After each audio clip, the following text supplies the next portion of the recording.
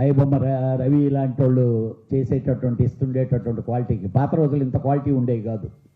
ఇప్పుడు మరీ హెచ్డి క్వాలిటీలు అన్నీ తీసుకొని రిలీజ్ చేస్తే ఆటోమేటిక్గా ఇంట్లో కూర్చొని హ్యాపీగా పకోడీ తింటా పిల్లలతో సరదాగా ఫ్యామిలీతో మాట్లాడుకుంటా సినిమా చూడటం అలవాటైపోయింది.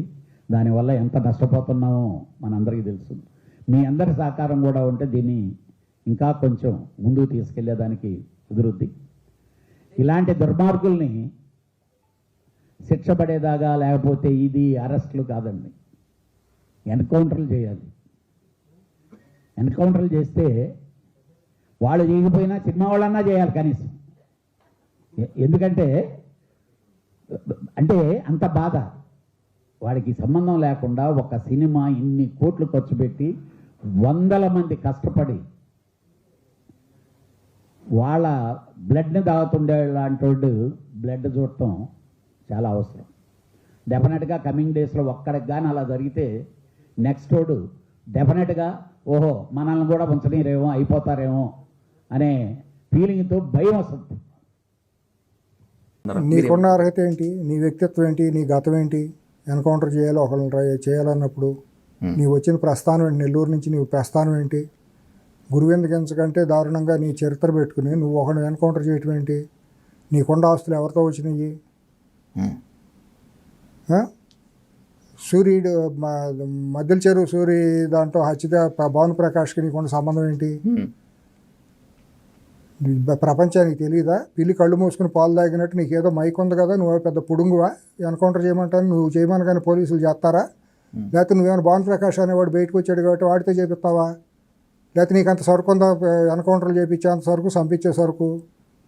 ఏందా మా భాష మొన్నమోపి భాష?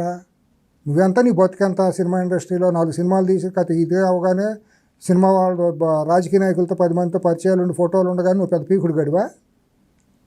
ఏమనుకుంటున్నాడు?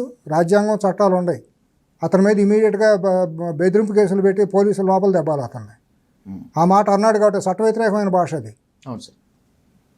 నిజంగా పోలీసులకు చిత్తశుద్ధి ఉంటే సజ్జనార్ గారికి అతని లోపల వేసి అతని మీద కేసు పెట్టాలి. బెదిరింపు అది, పబ్లిక్ బహిరంగ బెదిరింపు అది.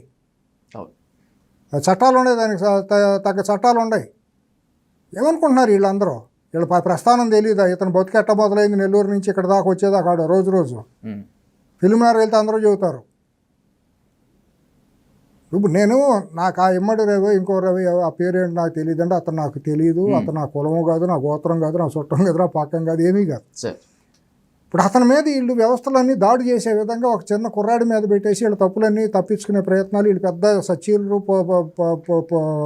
అదేదో